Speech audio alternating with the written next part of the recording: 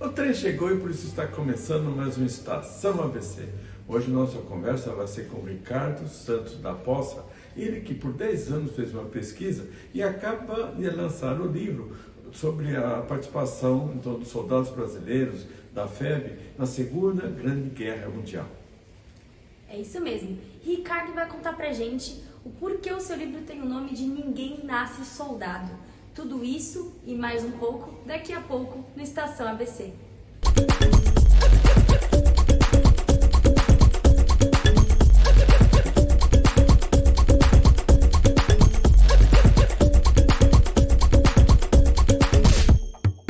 Ricardo, como nasceu esse projeto de escrever um livro sobre a participação brasileira na Segunda Guerra Mundial?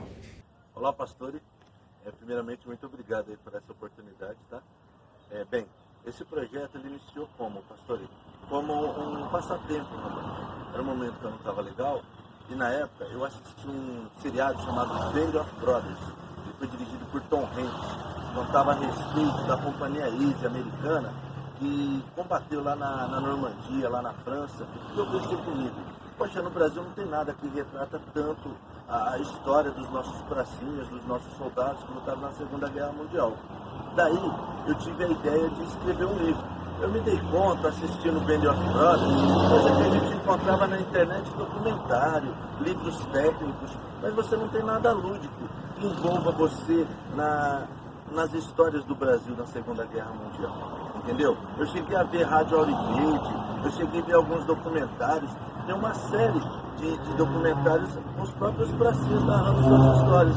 Mas eu achei que para atrair o público mais jovem, um livro que contasse a história do começo ao fim da participação do Brasil. E eu estou muito satisfeito com o resultado. Sem contar que foi uma grande satisfação escrever, entendeu? Ricardo, como se desenvolveu essa pesquisa? Como que você conseguiu as informações? E, inclusive, quanto tempo durou a checagem dos fatos? Quando eu comecei esse projeto, eu achei que eu tinha algum conhecimento. Mas na medida que eu escrevi, eu vi que não se passava de uma folha e fiquei muito triste. Daí eu comecei a pesquisar, a procurar informações e cada vez que eu encontrava uma informação, eu via que tinha muito mais conhecimento. E cada vez que eu estudava, eu percebia que eu não sabia nada, entendeu? Daí o primeiro livro que eu li foi Versalhes e Alta, para ter uma noção do porquê do conflito. Depois eu fui atrás para saber por que o Brasil se envolveu no conflito. Depois eu quis saber como é que eles embarcaram, como é que os soldados eles foram recrutados, como é que eles foram treinados. Então tudo isso foi fonte de pesquisa. A partir de 2013, o YouTube começou a ajudar muito, porque tem muitos documentários lá, informações dos ex-pracinhas, depoimentos deles próprios, entendeu? Tem um canal chamado Sala de Guerra, do Júlio, entendeu?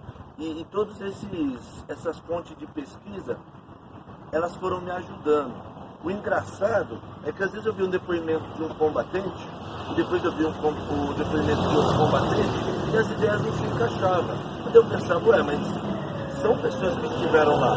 Só que a gente tem que ter uma noção de, tal como uma empresa, se eu perguntar para o pessoal do almoxerifado como é a empresa, e se eu perguntar para o operador de máquina como é que é a empresa, às vezes a visão vai ser diferente. Então você tem que recorrer à história e depois pegar o universo desses dois camaradas e tentar trazer um meio, né? Alguma coisa que se torne verdadeiro e que contemple e respeite o soldado, né? O pracinha, o camarada que esteve lá.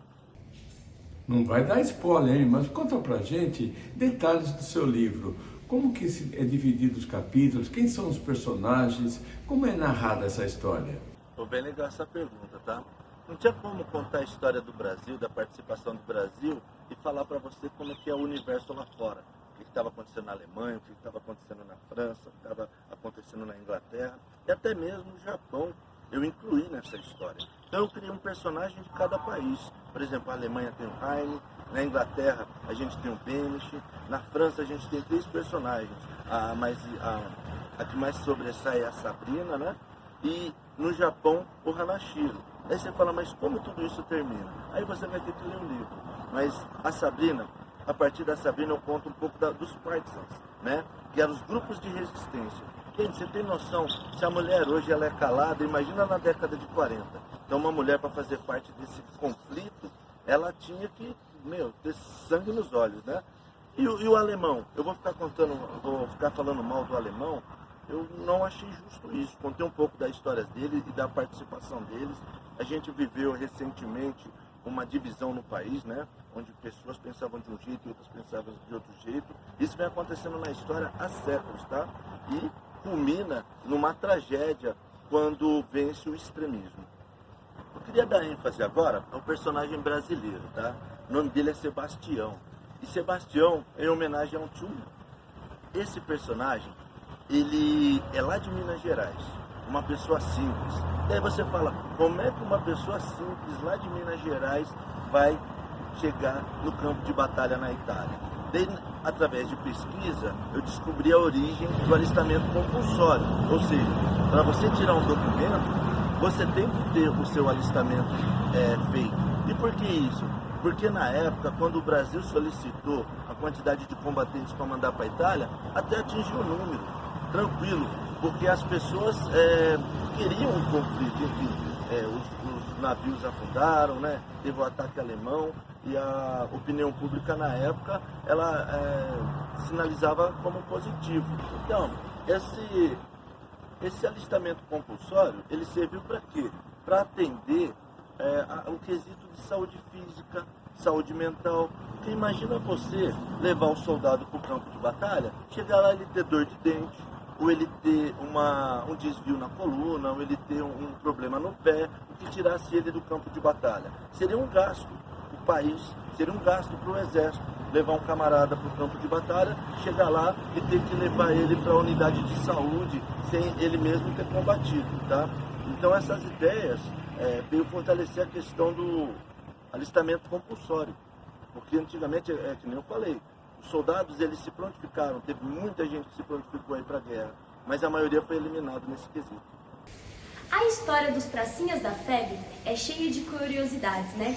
Então conta pra gente quais dessas a gente vai encontrar no livro. E tanto é que são tantas histórias que se você colocar no livro ia virar uma crônica. Então assim, para tornar uma história que você lesse, eu tive que escolher algumas, tá? Eu vou citar algumas coisas que eu achei muito interessante.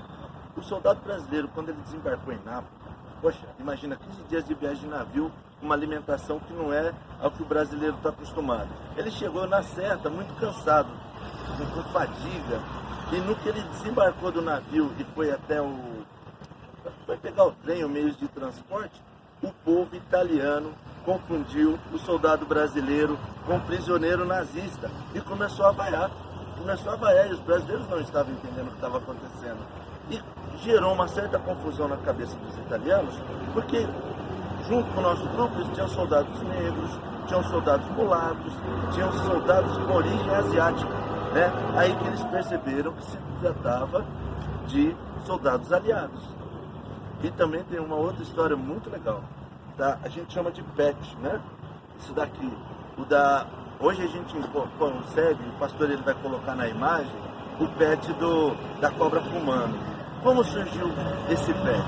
Bem, no Rio de Janeiro, onde existia uma estrutura militar mais organizada, porque afinal de contas o Rio de Janeiro era a capital do país, né? Lá tinha Jericinó e tinha Marambaia, onde eles faziam os treinamentos mais pesados. Mas onde eles estavam alocados, eles eram levados para esses lugares de trem. Então toda vez que eles viam um trem, assim como o Rapa fez uma música Minhoca de Metal, né? Que fala sobre o metrô, eles chamavam o trem de cobra. E a cobra fumando, por quê? Era uma Maria Fumaça que soltava aquela fumaça. E toda vez que eles viam o trem se aproximando e eles falavam, poxa, a gente vai ter que embarcar, um olhava para o outro e falava, a cobra vai fumar, né? Os jornalistas ouvindo isso, né? Depois de muito imbróglio, de muitas discussões, falavam, é mais fácil a cobra fumar do que o Brasil entrar na guerra, tá? E só depois de Montese, que o brasileiro falou, poxa, somos combatentes, porque até então, no primeiro combate de Monte Castelo, eles saíram corridos, estavam muito desanimados, estavam tristes, sabe, não se sentiam igual os ingleses, os americanos, os franceses, que eles viam como combatentes de verdade.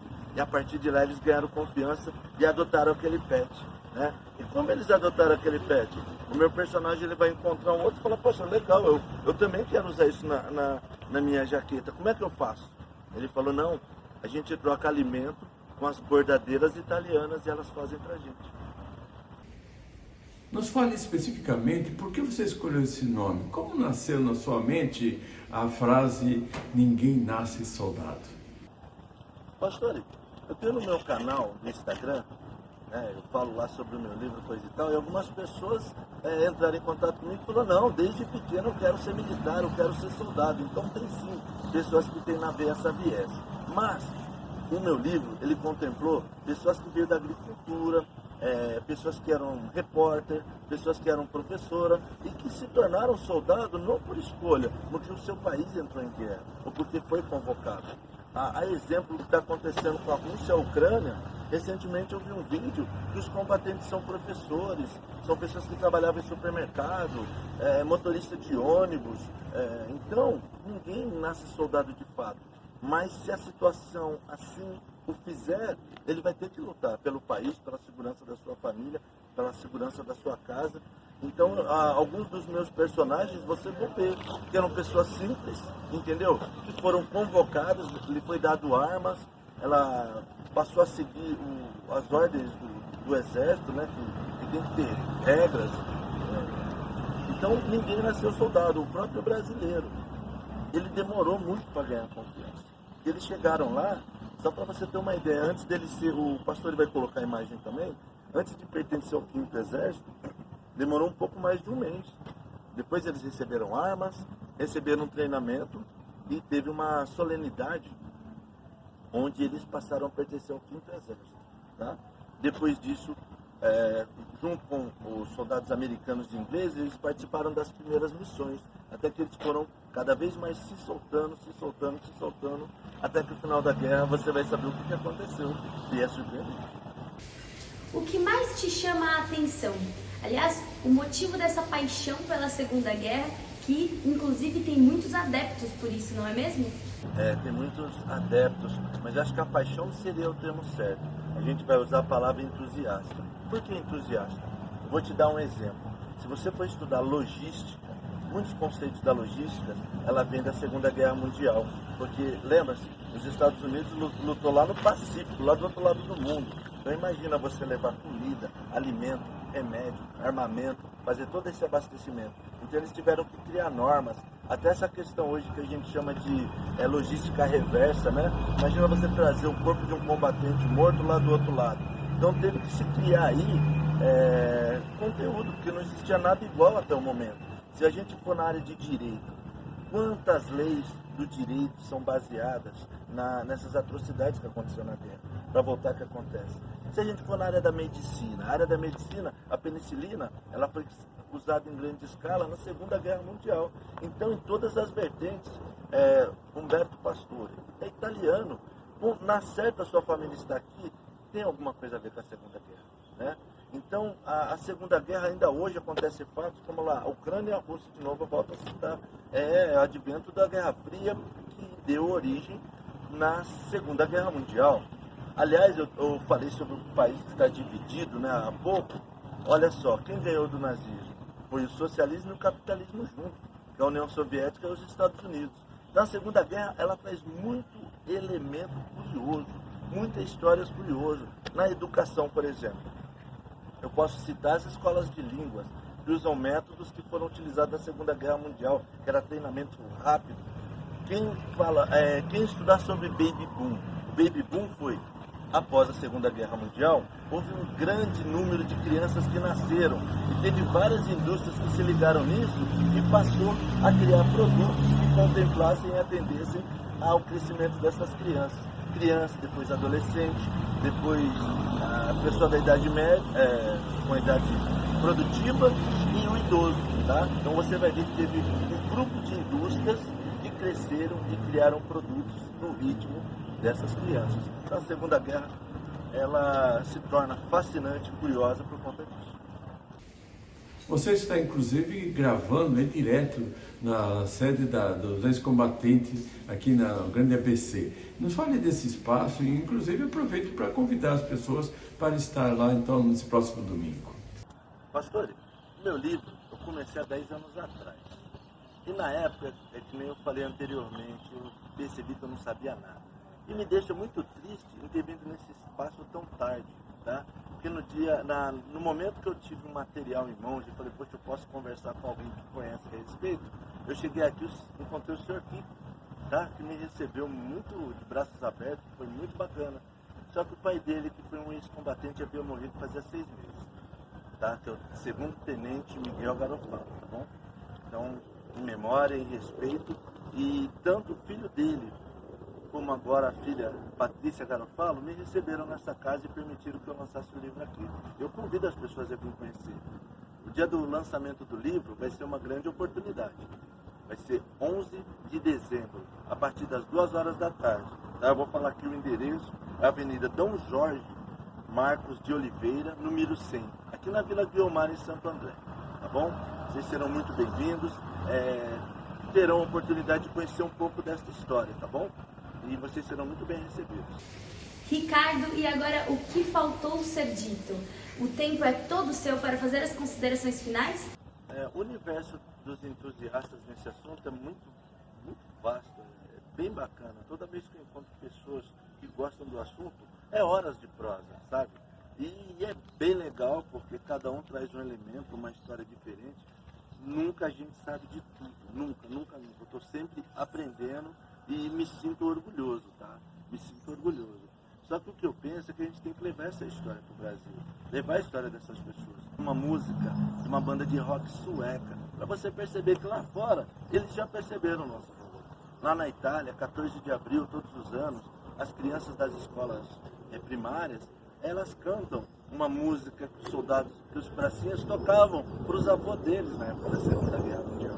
Né? Os americanos fazem filmes, os ingleses, todo mundo tem entusiasta. E nós aprendemos a ter um certo preconceito com as nossas forças públicas, com o nosso exército. Acho que a gente tem que resgatar, não de maneira desmedida, mas sim de maneira apropriada, entender o realmente valor. Para vocês terem uma noção, o Brasil mandou 25 mil soldados.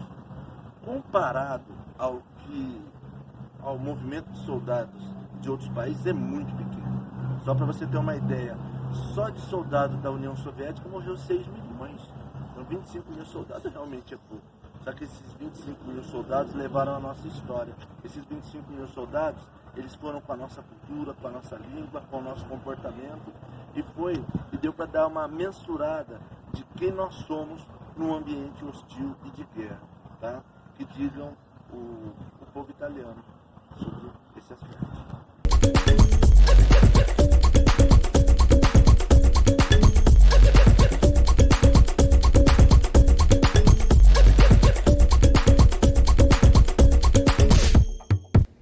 O lançamento do livro do Ricardo vai acontecer nesse domingo, dia 11 de dezembro, a partir das 14 horas. E vai ser então na sede da Associação do Ex-Combatente da ABCDMRR, que fica ali na rua Dom Marcos Jorge de Oliveira, número 100, na Vila Guiomar, em Santo André.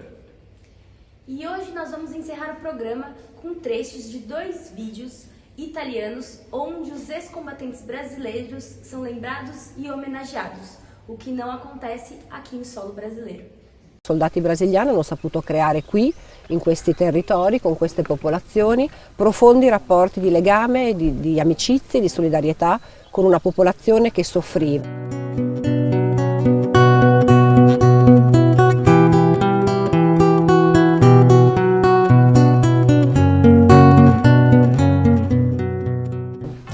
Questo rappresenta per noi un luogo sacro della memoria, una memoria che parla del sacrificio di tanti giovani brasiliani venuti da lontano per portare di nuovo libertà e dignità a questi territori e a queste persone.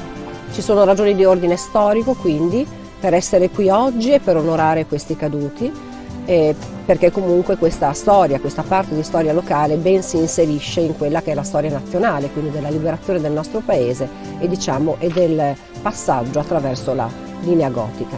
Ma ci sono ragioni ancora più importanti di ordine umano. I soldati brasiliani hanno saputo creare qui, in questi territori, con queste popolazioni, profondi rapporti di legame, di amicizia e di solidarietà con una popolazione che soffriva la fame, soffriva la guerra da diversi anni.